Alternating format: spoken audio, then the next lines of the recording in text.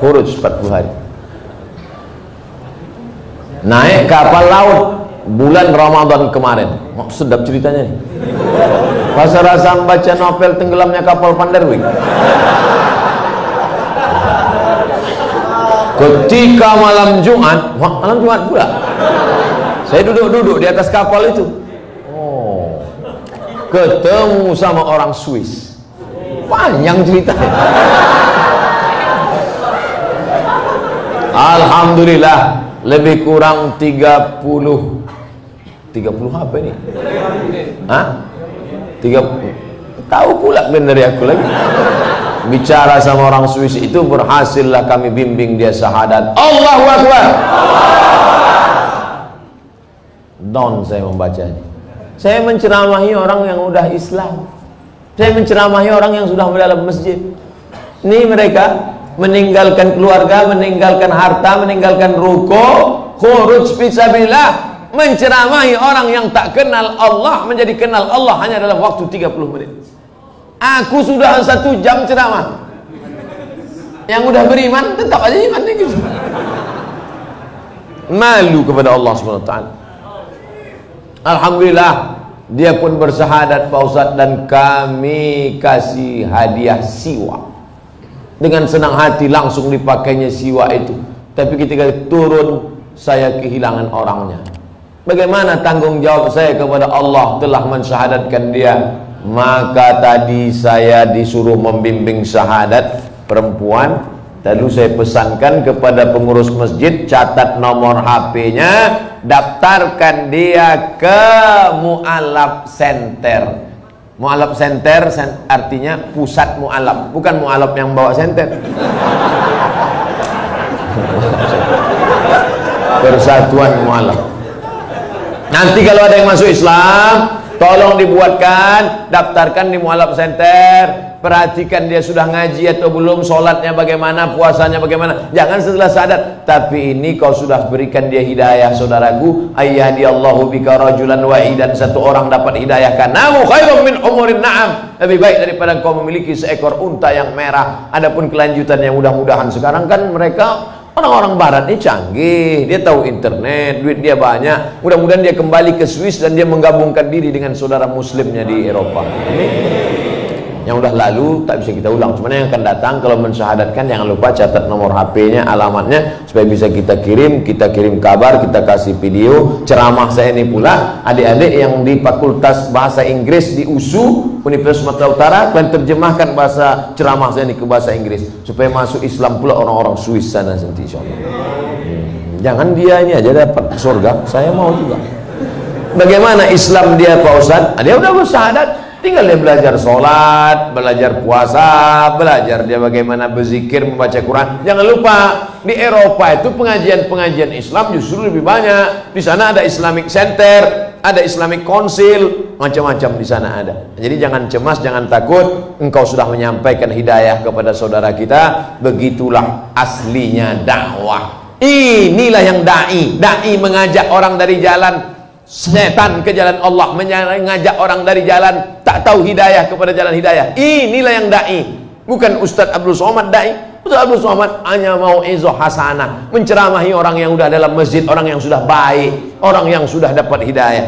Nah, Ustadz bagaimana cara menghadapi suami yang terlalu fanatik dengan pengajian salafi?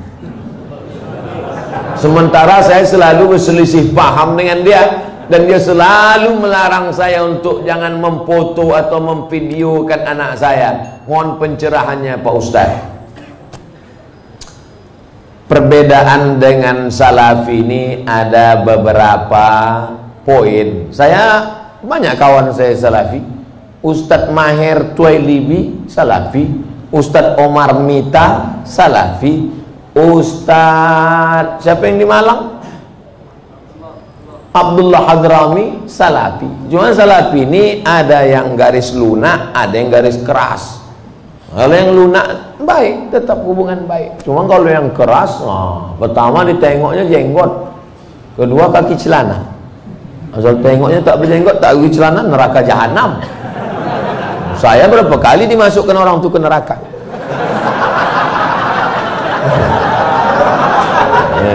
Itu jadi maksud saya jangan kalian pukul rata, jangan pukul rata. Adapun dia melarang foto, melarang video, bagus juga. Takut dia kalau anak ini dipoto, dibuatkan video, diupload di Instagram, di FB, nanti takut kena penyakit ain.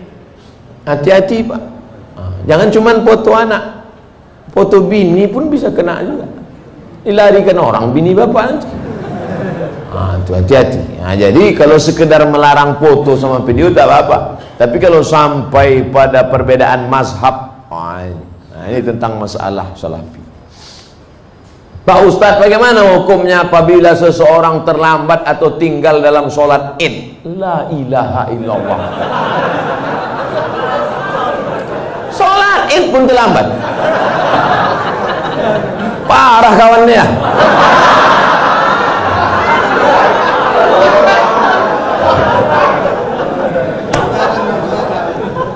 Soalnya saya dikasih tahu sama Ustadz Iqbal, kata dia kita ini mau ke masjid yang paling ramai sholat subuhnya. Betul? Kenapa ada yang terlambat sholat id? Jadi kalau sampai ke tanah lapang, imamnya sudah takbir yang kelima, Allahu Akbar, Allahu Akbar, Allahu Akbar, Allahu Akbar. Apakah makmum yang masbuk tadi mesti mengulang takbirnya tadi? Tidak, karena takbir itu hukumnya sunnah. Dia ikut aja berapa yang dapat. Bagaimana kalau dia datang imamnya sudah tasyahud akhir?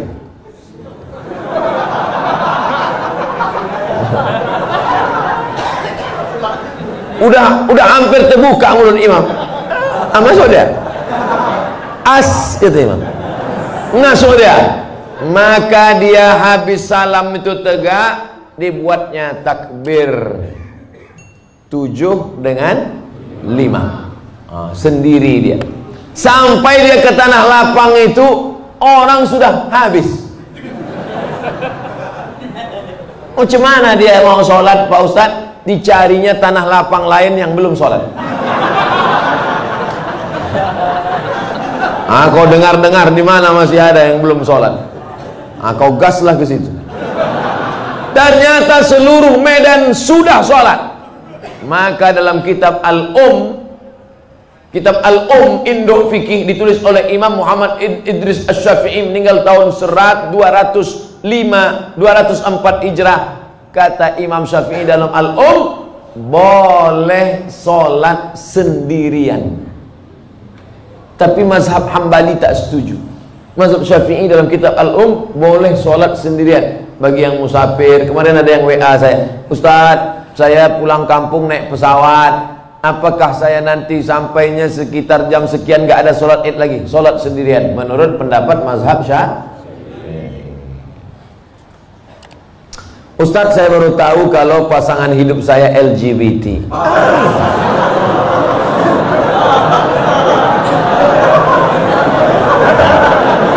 Apa yang harus saya lakukan Ustadz? Mempertahankan atau meninggalkannya?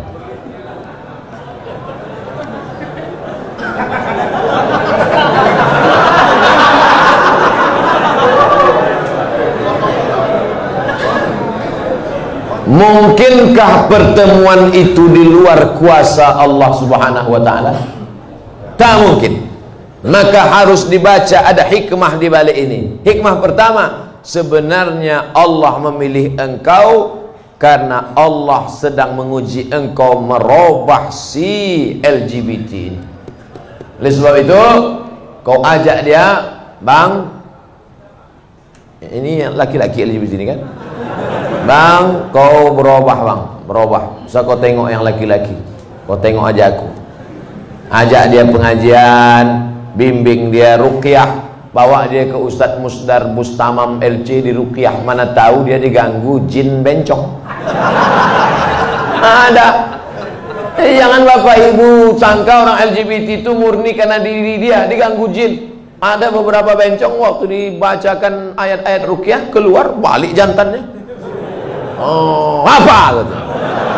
Padahal sebelum itu apa? sehat dia. Segala usaha, pergi ke terapis, pergi ke psikolog, pergi ke ustadz, pergi ke ruqyah. Kalau kau tengok ada perubahan, lanjutkan. Tapi kalau kau tengok nampaknya dia tak berubah, maka kau gugat ke pengadilan, kau cari suami yang bersih dari penyakit LGBT. Tapi lakukan dulu langkah-langkah ini. Tapi kalau dia tak berubah juga, memang tak ada niat dia untuk berubah, memang dia mau bertahan di situ. Kau perempuan lemah, tak sanggup, la yukallifullahu nafsan illa usaha, maka kau gugat dia ke pengadilan. Saya gugat dia karena dia LGBT. Tengok sama Pak Hakim, kenapa kau gugat dia? Dia LGBT. Betul kau LGBT? Iya, kata dia. Mudah-mudahan Allah menyelamatkan anak cucu cicit kita dari LGBT. Penyakit LGBT ditulis dalam Al-Quran. Innakum la ta'tuna ar-rijala syahwatan min dunin nisa. Kalian mendatangi laki-laki bersyahwat, tak mau pada perempuan. Hukumannya ditulis dalam Quran. Ja'alna 'aliyaha safilaha. Kami jadikan yang bawah naik ke atas, yang atas bawah turun ke bawah. Amtarna 'alaihim bi'ijaratin min sijilin mamdud. Kami hujani mereka dengan batu dari api neraka. Tak ada azab-azab yang hebat itu sampai ditulis dalam Quran, menunjukkan begitu hebatnya dosa LGBT. Di dunia kena penyakit HIV AIDS. Ada pengakuan seorang dokter ketika diperiksa, macam-macam penyakit yang tak terlintas di pikiran. Orang kena LGBT ini berbisul otaknya. Orang bisul di lutut jadi otak. Oleh sebab itu LGBT, tobatlah kalian, tobat. Bertambah lagi musuh. Mengamuk pula besok LGBT. Bantailah situ. Apa lagi dipikirkan? Awak pun akan mati juga. Diam pun mati, bercakap pun mati. Bagus mati bercakap daripada mati diam. Ustaz, sekarang saya ini tengah mengagumi seorang mahasiswa di Mesir. Masya Allah. Balik saya muda balik rasanya. Bagaimana cara saya dalam mengistiqomahkan cinta saya dan membuat hatinya tersentuh? Tentunya tidak mengurangi rasa cinta saya kepada Allah, Pak Ustaz. Kau laki-laki apa perempuan? Saya ini tengah mengagumi seorang mahasiswa. Berarti dia perempuan. Dia suka sama mahasiswa di Mesir. Kau bilang sama dia, Bang, abang janji ya tak tergoda sama cewek-cewek Mesir. Abang mau nanti pulang dari Mesir menikahi aku. Tapi kau perempuan tak boleh ngomong langsung sama laki-laki. Itu namanya perempuan gatal. Nah, kawalimu yang menghubungi dia, ayahmu, abangmu, datukmu, pamanmu, pakcikmu, ngomong ke dia, Assalamualaikum alumni Mesir. Ya, kau nanti pulang mau nikah sama anak saya. Aku tengok dulu, Pak. Kalau segan nanti saya kontak dia, saya hubungi. Adik-adik kelas saya itu.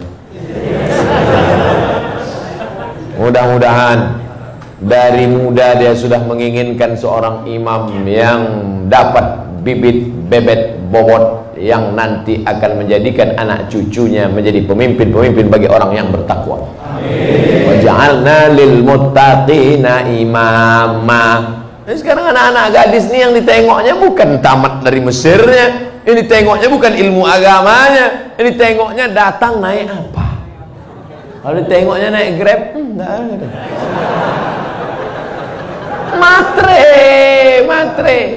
Matre, na'udzubillah.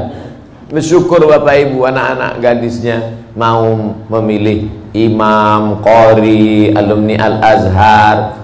Ustaz, saya mau tanya, mana yang diutamakan, suami apa istri?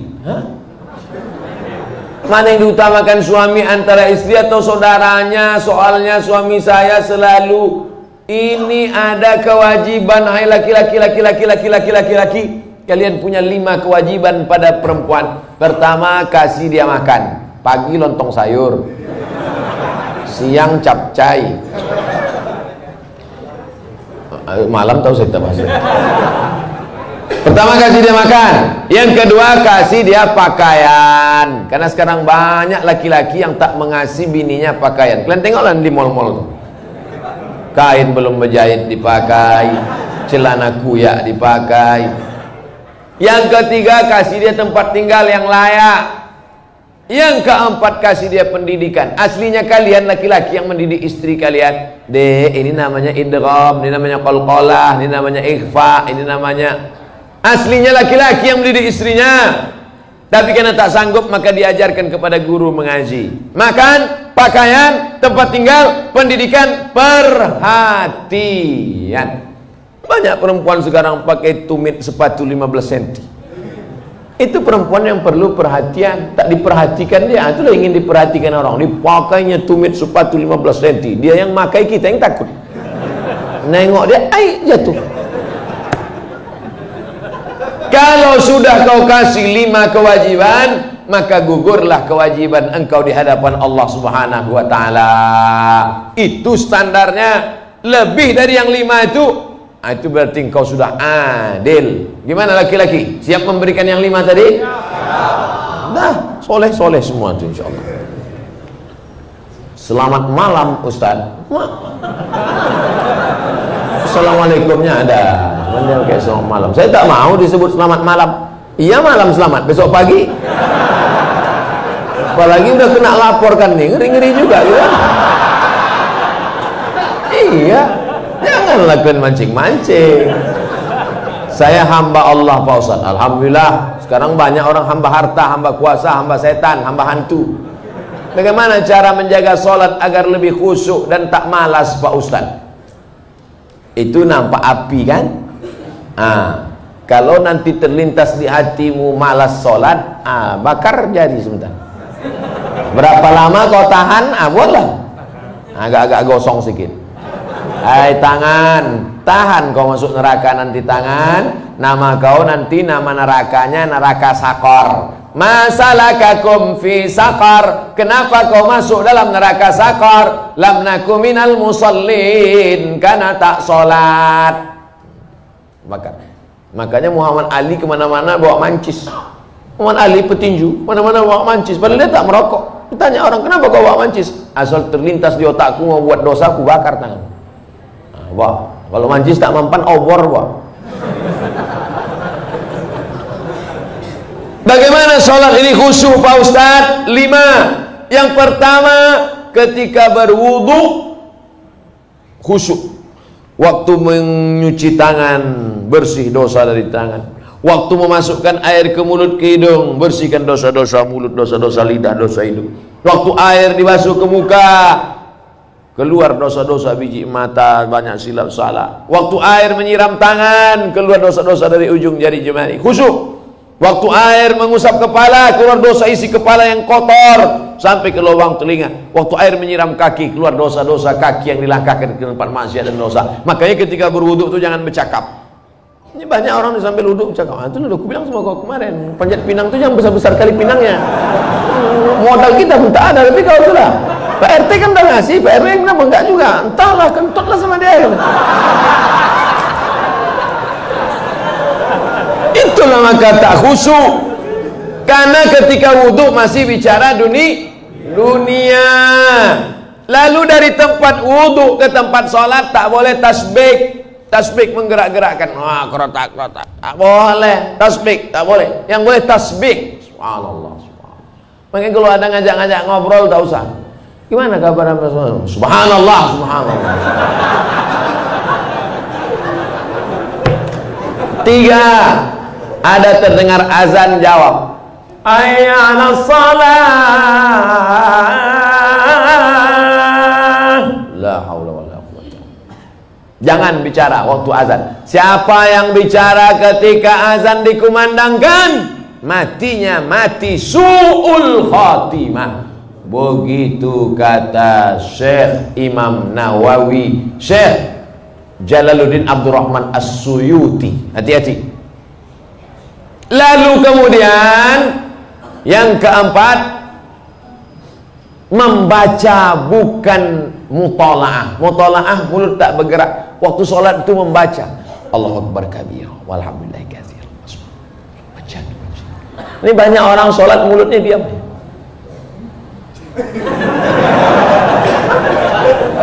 Mulut membaca, karena di situ disebut qiraah. Qiraah artinya membaca. Bismillahirrahmanirrahim. Alhamdulillah. Ar-Rahman. Yang kelima, mengerti apa yang dibaca. Itulah mengapa tadi saya pilih ayatnya, ayat-ayat pendek, supaya besok kalau sholat zuhur mengerti apa yang dibaca. Wailul likulli humazatin lumazah alladzi jama'a malahu wa 'addadah. Kebetulan kawan di sebelah itu asik ngumpul-ngumpul harta. Jama'a malahu wa 'addadah. Yahsabu annama lahu akhladah kalla la yumbadanna fil hutamah. Apa hukumnya mencium istri sedang berpuasa? Istri siapa?